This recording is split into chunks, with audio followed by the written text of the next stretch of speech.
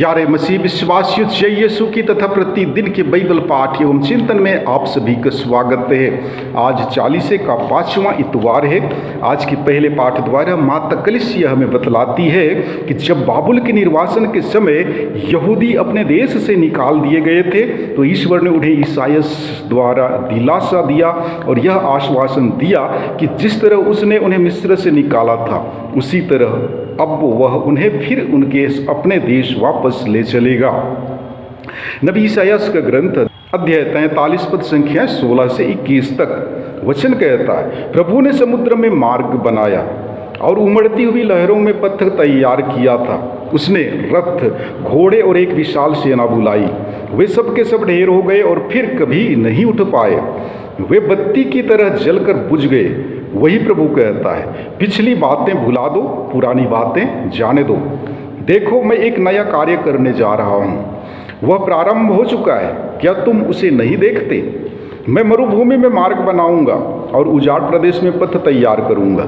जंगली जानवर, गीदड़ और शुतुरमुर्ग मुझे धन्य कहेंगे, क्योंकि मैं अपनी प्रजा की प्यास बुझाने के लिए मरुभूमि में जल का प्रबंध करूंगा और उजाड़ प्रदेश में नदियां बहाऊंगा।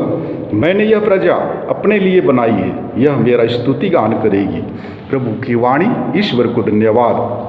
और आज के दूसरे पाठ द्वारा माता कलीसिया हमें बतलाती है कि संत पौलुस हमसे कहते हैं कि उन्होंने मसीह के लिए सब कुछ छोड़ दिया है। वह मसीह को छोड़कर और कुछ नहीं चाहते। वह जीवन भर मसीह के ज्ञान में आगे बढ़ना चाहते हैं ताकि वह एक दिन मसीह के पास पहुंच सके। हमें भी बराबर आगे बढ़ने की कोशिश करनी चाहिए। फिलिपियों के नाम संत पौलुस का पत्र अध्याय 3 पद संख्या 8 से 14 तक वचन कहता है, मैं अपने प्रभु यीशु मसीह को जानना सर्वश्रेष्ठ लाभ मानता हूँ और इस ज्ञान की तुलना में हर वस्तु को हानि ही मानता हूँ। उन्हीं के लिए मैंने सब कुछ छोड़ दिया और उसे कूड़ा समझता हूँ, जिससे मैं मसीह को प्राप्त करूँ और उनके साथ पूर्ण रूप से एक हो जाऊँ। मुझे अपनी धार्मिकता का नहीं जो संहिता के पालन से मिलती है, बल्कि उस धार्मिकता का भरोसा है जो मसीह में विश्वास करने से मिलती है, जो ईश्वर से आती है और विश्वास पर आधारित है। मैं यह चाहता हूँ कि मसीह को जान लूँ, उनके पुनरुत्थान के सामर्थ्य का अनुभव करूं और मृत्यु में उनके सदृश बनकर उनके दुख भोग का सहभागी बन जाऊं, जिससे मैं किसी तरह मृतकों के पुनरुत्थान तक पहुंच सकूं। मैं यह नहीं कहता कि मैं अब तक यह सब कर चुका हूं अथवा मुझे पूर्णता प्राप्त हो गई है, किंतु मैं आगे बढ़ता जाता हूं ताकि वह लक्ष्य मेरी पकड़ में आए जिसके लिए यीशु ख्रिस्त ने मुझे अधिकार में ले लिया है। भाइयों, मैं यह नहीं समझता हूँ कि वह लक्ष्य अब तक मेरी पकड़ में आ गया है। मैं इतना ही कहता हूँ कि पीछे की बातें भुलाकर और आगे की बातों पर दृष्टि लगाकर मैं बड़ी उत्सुकता से अपने लक्ष्य की ओर दौड़ता जाता हूँ ताकि मैं स्वर्ग में वह पुरस्कार प्राप्त कर सकूँ जिसके लिए ईश्वर ने हमें यीशु मसीह में बुलाया है। प्रभु की वाणी। ईश्वर को धन्यवाद। और आज का सुसमाचार पाठ संत योहन के अनुसार पवित्र सुसमाचार अध्याय 8 पद संख्या 1 से 11 तक से लिया गया है। वचन कहता है, यीशु जैतून पहाड़ चले गए। वह बड़े सवेरे फिर मंदिर आए। सारी जनता उनके पास इकट्ठी हो गई और वह बैठकर लोगों को शिक्षा दे रहे थे। उस समय शास्त्री और फरीसी व्यभिचार में पकड़ी गई एक स्त्री को ले आए और उसे बीच में खड़ा कर उन्होंने यीशु से कहा, गुरुवर, यह स्त्री व्यभिचार करते हुए पकड़ी गई है। संहिता में मूसा ने हमें ऐसी स्त्रियों को पत्थरों से मार डालने का आदेश दिया है। आप इसके विषय में क्या कहते हैं? उन्होंने यीशु की परीक्षा करते हुए यह कहा, जिससे उन्हें उन पर दोष लगाने का कोई आधार मिल जाए। यीशु झुककर उंगली से भूमि पर लिखते रहे। जब वे उनसे उत्तर देने के लिए आग्रह करते रहे तो यीशु ने सिर उठाकर उनसे कहा, तुम में से जो निष्पाप हो वही सबसे पहले इसे पत्थर मारे। और वह फिर झुककर भूमि पर लिखने लगे। यह सुनकर बड़ों से लेकर छोटों तक सबके सब एक एक करके खिसक गए। यीशु अकेले रह गए और वह स्त्री बीच में खड़ी रही। तब यीशु ने सिर उठाकर उससे कहा, नारी, वे लोग कहाँ हैं? क्या एक ने भी तुम्हें दंड नहीं दिया? उसने उत्तर दिया, महोदय, एक ने भी नहीं। इस पर यीशु ने उससे कहा, मैं भी तुम्हें दंड नहीं दूंगा। जाओ और अब से फिर पाप नहीं करना। प्रभु का सुसमाचार। हे ख्रिस्त, तेरी स्तुति हो। प्यारे मसीही विश्वासियों, बेथानी यरूशलेम से 2 मील पूर्व की ओर यरीको के रास्ते में पड़ता है। अतः इतना नज़दीक होने के कारण ईसा और उनके शिष्यों के लिए थोड़ा खतरा तो अवश्य ही था। जब लाजरुस की स्थिति बदतर हो रही थी तब मार्था और मरियम यीशु की ओर सहायता के लिए अभिमुख हुए। इन्हें यीशु की असाधारण क्षमता पर विश्वास था, साथ ही उन्होंने उनके चमत्कारों को भी देखा था।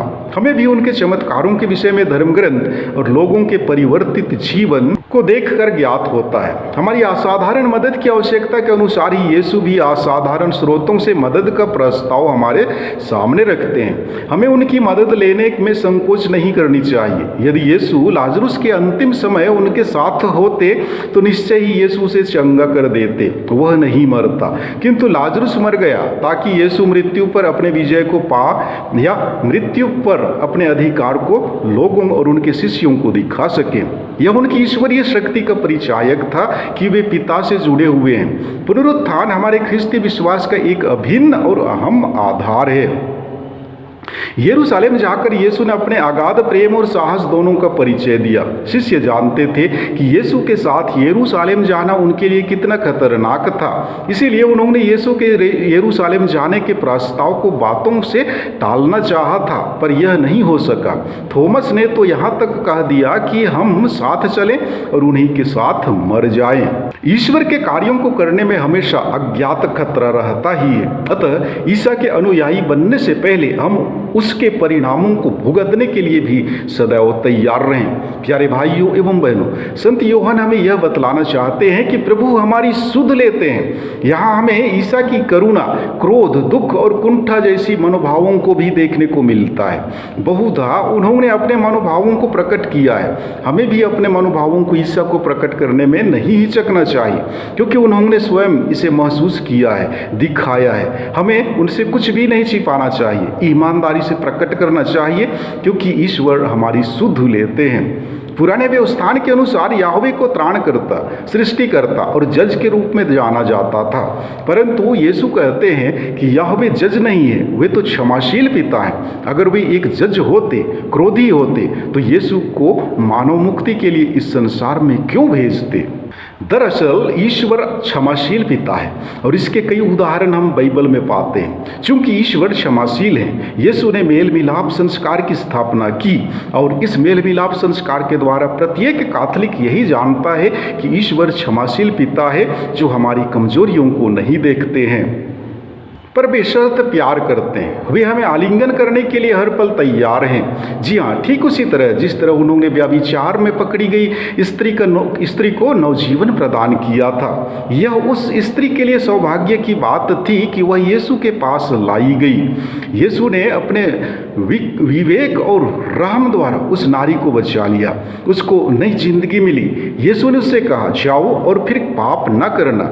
यीशु ने उस स्त्री को आध्यात्मिक तौर से भी जीवन दान दिया, क्योंकि यीशु ने उसके विरुद्ध सजा केवल नहीं सुनाई, परंतु उसके पाप भी क्षमा कर दिए।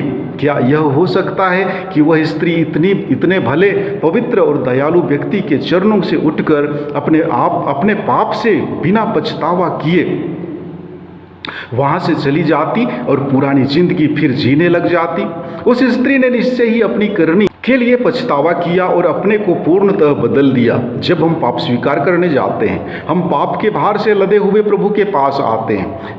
यहाँ हम जनता महफिल में या जन अदालत में नहीं जाते हैं, परंतु एक पुरोहित के पास जाते हैं जो ईश्वर के नाम से अकेला बैठा हुआ होता है। उसे ही अकेले में हम अपने पाप बताते हैं। वह हमारे सब पापों को क्षमा करता है, हमें नई जिंदगी देता है, लेकिन कहता है जाओ फिर पाप नहीं करना। प्यारे भाइयों एवं बहनों, आज के सुसमाचार की घटना हमें यह संदेश देती है कि प्रभु अपनी दया, क्षमाशीलता और प्रेम का पात्र हम में से प्रत्येक को बनाते हैं। हम कितने ही बड़े पापी क्यों ना हो, हम उनके प्यार के दायरे से बाहर नहीं है। प्रभु यीशु का व्यक्तित्व कितना महान और तजुर्बी ढंग से सुंदर है। अतः चलिए हम अपने जीवन के सभी दुख और कष्ट सहर्ष ग्रहण कर उन्हें प्रभु को समर्पित करें, ताकि हम ख्रिस्त के दुख भोग और मरण के सहभागी बनेंगे और तब उनके पुनरुत्थान की महिमा के भी सहयोगी बन जाएंगे। यही हर एक ख्रिस्ती के जीवन का एकमात्र उद्देश्य होना चाहिए। आमीन।